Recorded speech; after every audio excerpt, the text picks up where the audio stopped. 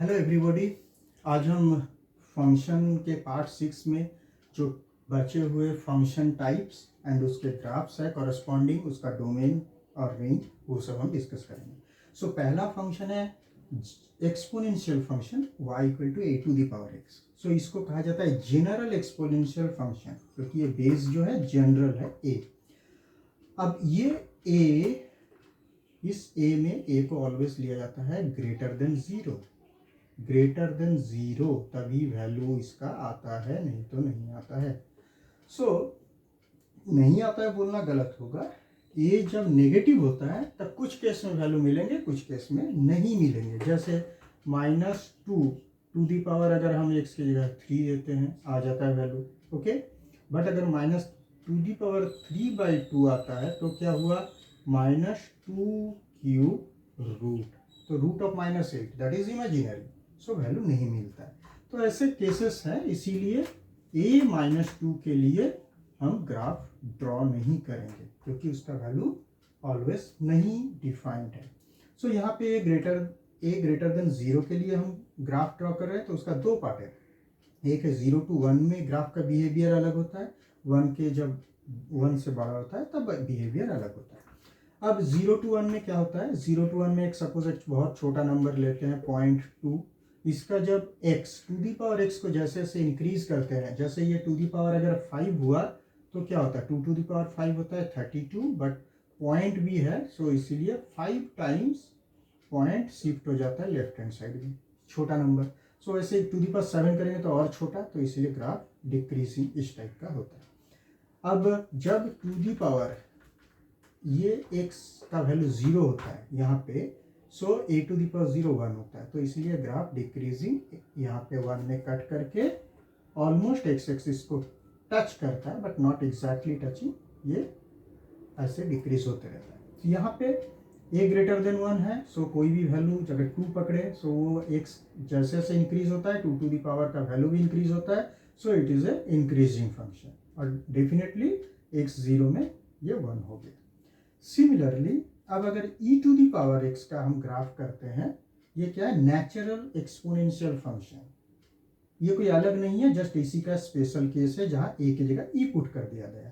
e का value क्या होता है 2 से 3 के बीच में, सो a ग्रेटर देन 1 वाला जो ग्राफ है वही एप्लीकेबल होगा। सो this is like this, so natural exponential हो गया। अब एक चीज हमने मिस कर दी यहाँ पे, डोमेन और रेंज, जो कि यहाँ पे लिखा हुआ है। डोमेन क्या होता है, x का वैल्यू कुछ भी हो सकता है, so domain is r any real number. Range क्या है, 0 to इंफिनिटी, नेगेटिव नहीं होगा, so r plus, so it is just only positive real numbers, okay. So अब हम लोग दूसरा ग्राफ में मूव करते हैं, that is called logarithmic function. So logarithmic function में मूव करने के पहले हमें एक चीज जानना पड़ेगा, that is log of x is defined when log x defined when x is greater than 0। जब x नेगेटिव होता है it is not defined, okay. और अगर बेस कुछ भी लेते हैं, सो बेस भी ग्रेटर देन 0 होना पड़ेगा, because log x equal to हमें पता है log x by log a to any base. Suppose to any base, suppose it is z पकड़ लो, कुछ भी पकड़ लो, ठीक है। सो और x या a इसका वैल्यू जब 0 to 1 होगा तो log का वैल्यू नेगेटिव, 1 से ज्यादा होने से पॉजिटिव। सो हम लोग इसका ग्राफ ड्रॉ करते हैं। यहां भी ग्राफ के दो पार्ट होंगे एक्चुअली।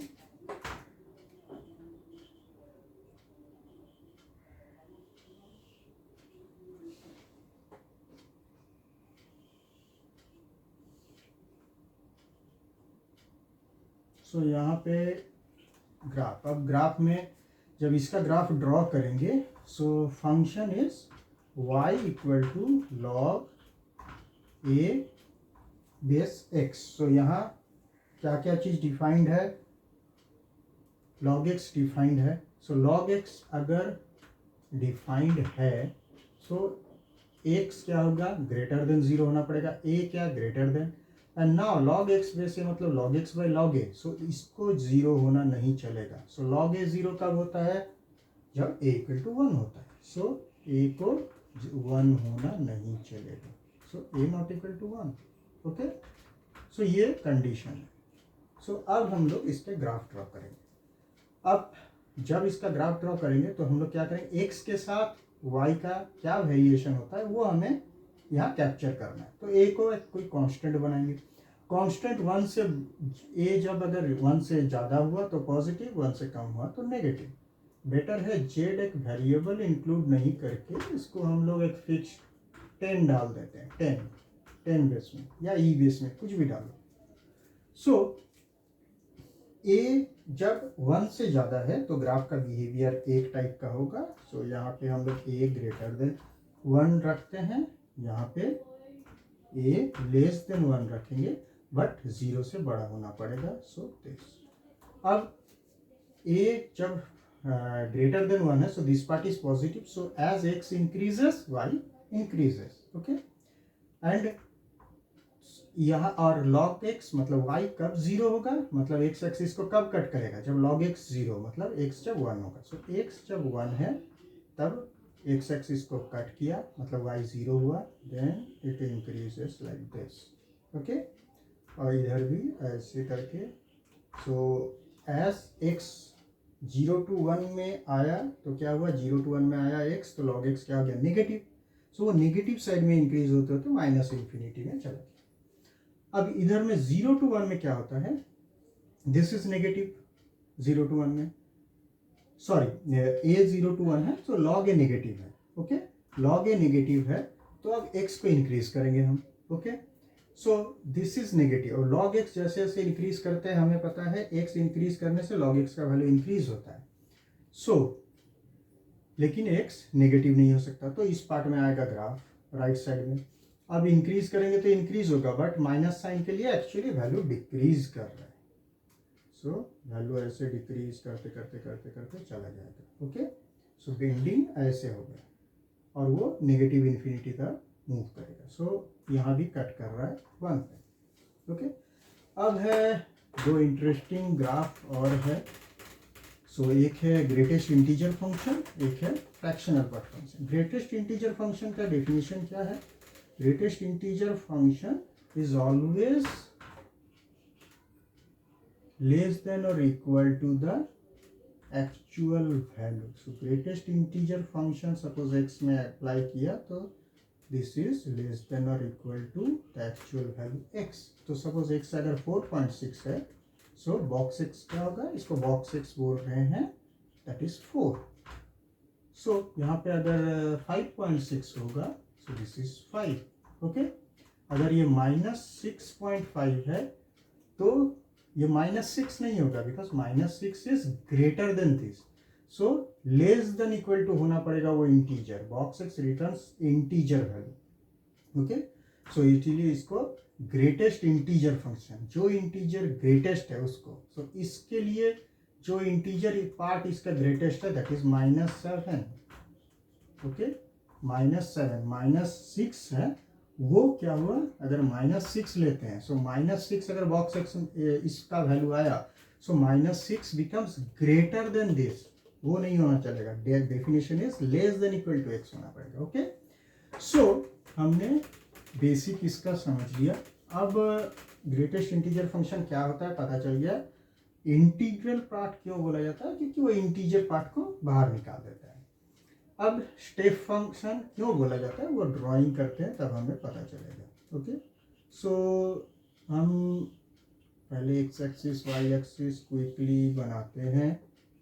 अब हमें पता है जैसे जैसे वो इंटीजर वैल्यू को क्रॉस करते रहता है, जैसे 4.6 में 4 आया, 5.6 में 5 आया वैल्यू, सो इंटीजर पॉइंट क्रॉस करने से ग्रेटेस्ट इंटीजर वैल्यू भी चेंज होते रहता है। सो हम अगर पहले 0 to 1 करते हैं तो इसीलिए हर एक इंटीजर का जो इंटरवल है वहाँ वैल्यू चेंज होते रहता है, तो इसलिए 0 to 1 लिया जाता है। इसका डेफिनेशन चेंज होते रहता है हर एक इंटीजर इंटरवल में, जैसे जैसे इंटीजर वैल्यू आया उसके बाद ही चेंज हो जाएगा। सो 0 to 1 में क्या आएगा, 0।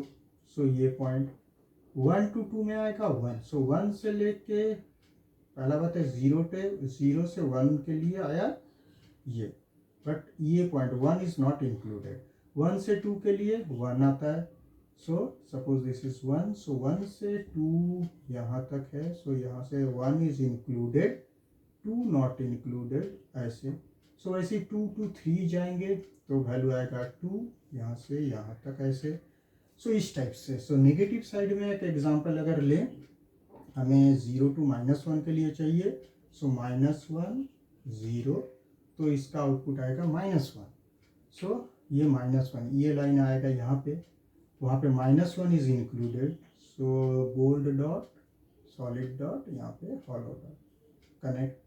सो वैसे ही -2 के लिए ऐसे आएगा, सो -1 यहाँ -2। तो ये अगर ग्राफ देखें तो ये लाइन का कॉम्बिनेशन है जो कि एक स्टेयरकेस के स्टेप के तरह दिख रहा है, तो इसलिए इसको स्टेप फंक्शन भी कहा जाता है। ओके, सो अब मूव करते हैं हम लोग last function, that is called fractional part function. Fractional part function, so fractional part क्या करता है, फ्रैक्शनल पार्ट को निकालता है। जैसे इंटीजर पार्ट इंटीजर को निकाला, फ्रैक्शनल पार्ट फ्रैक्शन को।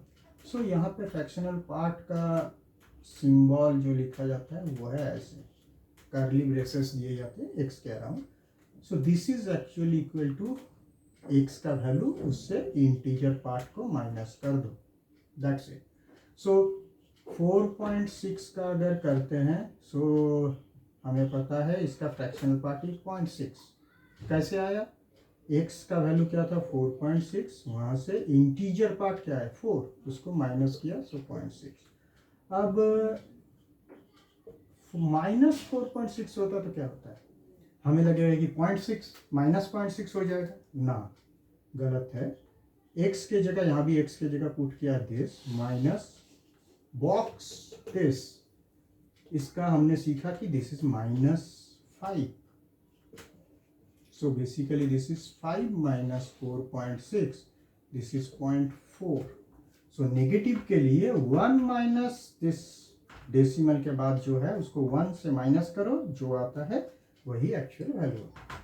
सो क्या हमने फ्रैक्शनल पार्ट का बेसिक कैलकुलेशन देख लिया, अब ग्राफ हम ड्रॉ कर सकते हैं क्विकली। सो ग्राफ में ऐसे ड्रॉ किया, फ्रैक्शनल पार्ट ऑफ 0 इज 0, 0.1 का 0.1, 0.2 करते करते 0.9 तक गए हम। जैसे ही 0.9 के बाद 1 पहुंचे तो ये रीसेट हो गया, 1 मतलब 1.0, सो फ्रैक्शनल पार्ट एट 1 बिकम्स 0। फिर इंक्रीज करेंगे तो ऐसे आएगा, फिर 2 में आके रीसेट हो गया, फिर यहाँ आएगा, इधर भी वैसे ही चलेगा।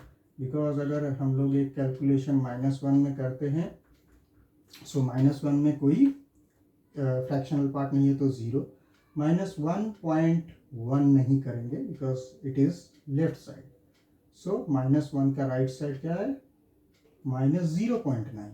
सो -0.9 का क्या होता है value, fractional part 1 - 0.9, that is 0.1, 0.2, ऐसे करते करते चला जाएगा। तो ग्राफ हो गया इस टाइप का।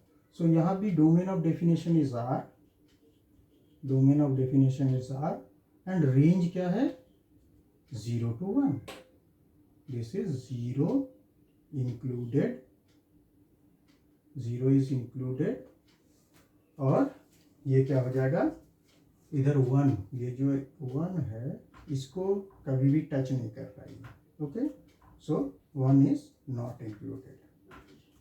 ओके, सो ये था आज के हम लोग के फंक्शंस। Okay, thank you.